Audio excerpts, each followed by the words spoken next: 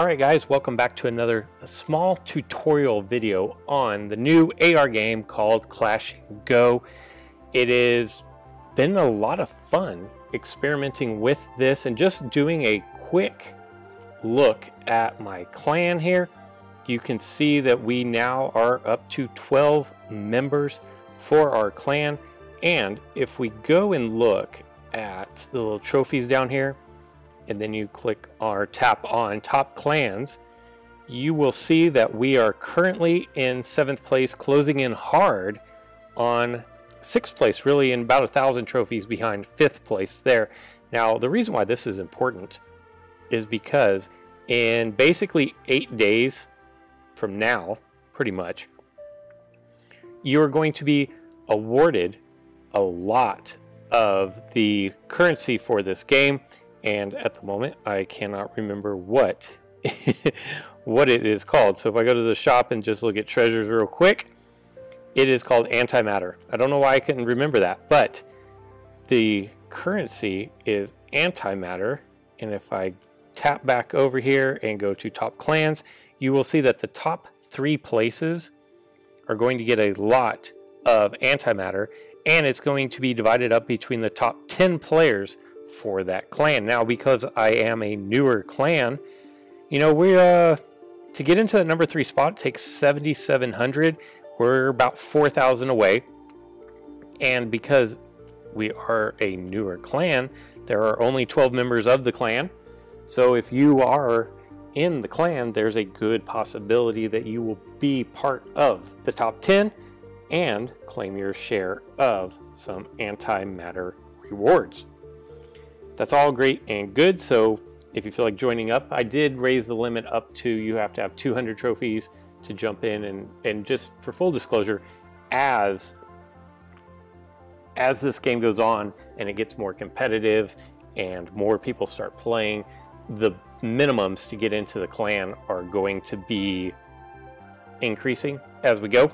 It's just the nature of the game. So if you do want to get in the clan, then now's a good time because you can get in on the ground floor early. Now, what I want to talk about for today's video, yesterday, if you will remember, I did a video on how to battle. That's great. You need to battle in order to get trophies, but there's another way to get trophies, and that is by defending. If we look, again, if you tap over there on like the letterhead, it'll show you your last 10 defenses. Now, the board, the map, the layout, the build that I have showing currently is not one that I was running for these other ones. I'm experimenting with different builds, but as you can see, I got a victory in 25 trophies, I got a victory in 27 trophies, I got another victory for 20 trophies, another victory for 14 trophies, and that was my very first ever victory defending my base. So what I've done here, and we'll just kind of start in the middle, and I would honestly, I would love to be able to build this and tell you what I'm doing as I go.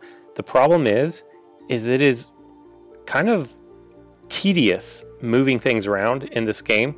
Like, you have to tap on it to select it and then slide your finger with it around, and especially those walls, it takes some patience.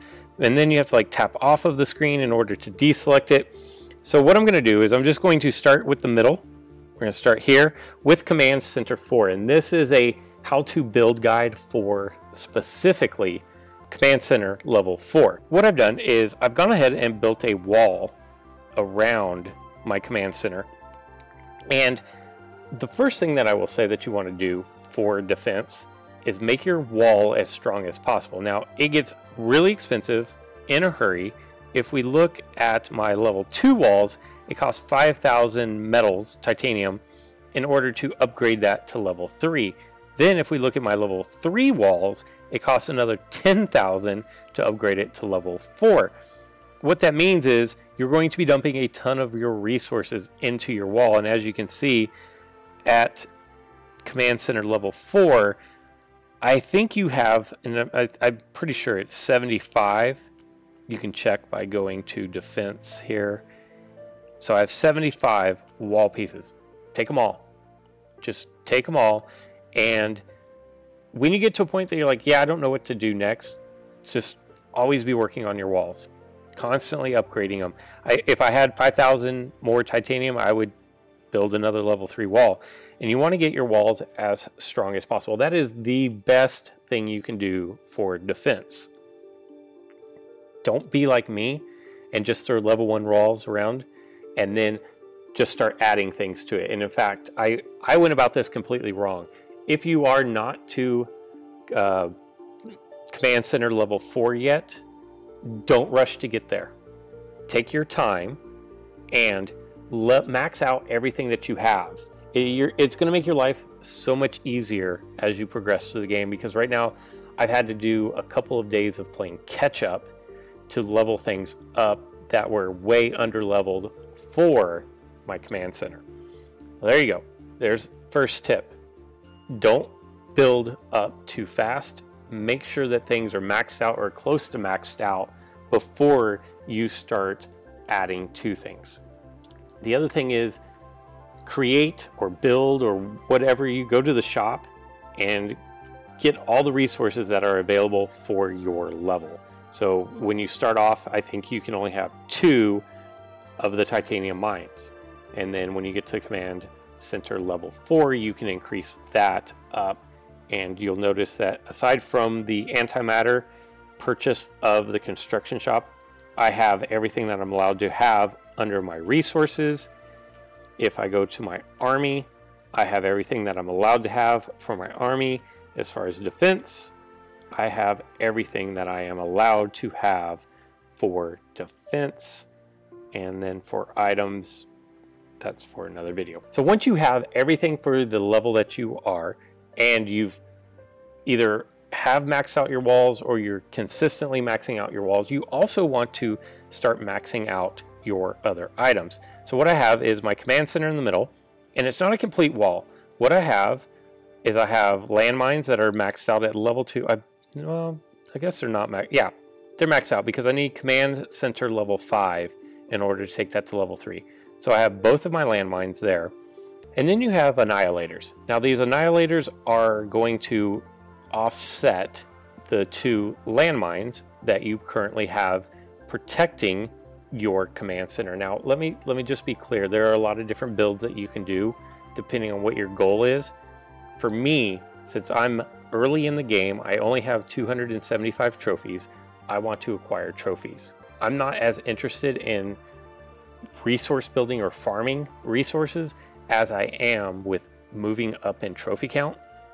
And this build right here is going to help you not get 3-starred against, therefore giving you the best opportunity to accrue trophies even when you are being attacked. We have my Command Center. It is enclosed in some kind of a defense. Now flanking, I have 2 laser turrets. Both of them are set at level 3. I can upgrade them more, so that is something that I definitely want to work on. And then if I can slide this over just a little bit, you will see offsetting my turrets, my laser turrets, are 2 Gauss cannons. I'm just going to call them cannons. And they are both level 3. I can upgrade those as well. So again, something else that I need to do all before I start even thinking about taking my Command Center up to level 5. Those are going to be your primary defenses. Right now at this level, your main threat is going to be these giants. So you want to protect yourself best against the giants. The way that you're going to do that are with these annihilators, with the landmines, and then the laser turrets are better than the cannons, because if we look at the cannons, they're only good for ground units, where your laser turrets can do ground or air defense. Now you're not going to see a whole lot of air attacks at this level, but if your opponent has built their nanobot factory, they are going to be able to produce the AoE damage. So you're not going to see a lot of it. They're pretty expensive at 15,000 helium for each one. A lot of people aren't going to spend the resources to do that just for one, but it's nice to have these laser turrets in place just in case. The laser turrets are going to do a little bit better as far as knocking out the giants, which are going to be your main threat at this point. You also have your missile launcher and your plasma gun flanking both of those. And you'll notice that there's not a wall around those. That's because your higher damage per second weapons are going to be the laser turret and your cannons. And then after that, what I've done is I have the 5 main things that need protecting to keep you from getting 3 stars against you, all have walls around them. Everything else is protected, but it's not as protected, it's not as vital. You know, like I was saying, you're not going to see a whole lot of air attacks, so the missile launcher is there if you need it, but it's level 1, and it's not going to be a priority at this level. The plasma gun is really nice, and you can do a lot of damage. I mean, look how much protection I have there. Basically my entire base, but it's not as important to keep that protected because it doesn't do as much damage per second. Your main defenses, again, are going to be the landmines, the annihilators, your laser turrets, and your cannons. And as you can see, those are what we have the most protection on. Now, all the other buildings that I have are just dispersed around the main items that we want to protect. And another thing that I have not done is I've not gone through and just completely cleared out my entire board of these imperfections, the craters, the geysers, the volcanoes. Well, I think that's probably everything. I don't think there's anything else. Yeah. So I haven't cleared out all those imperfections, and there's a couple reasons why.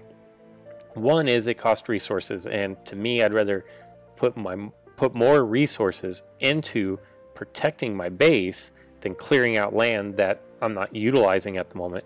But also, something like this right here, this volcano, like that is providing a little bit of protection. My opponent can't just load up right there on that spot. So I've left it there. Now they can go around it, and they're obviously going to go around it.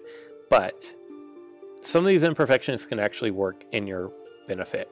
If we look at the defense here, my laser turret covers everything that needs to be protected inside towards the middle, and everything in that quadrant on the outside.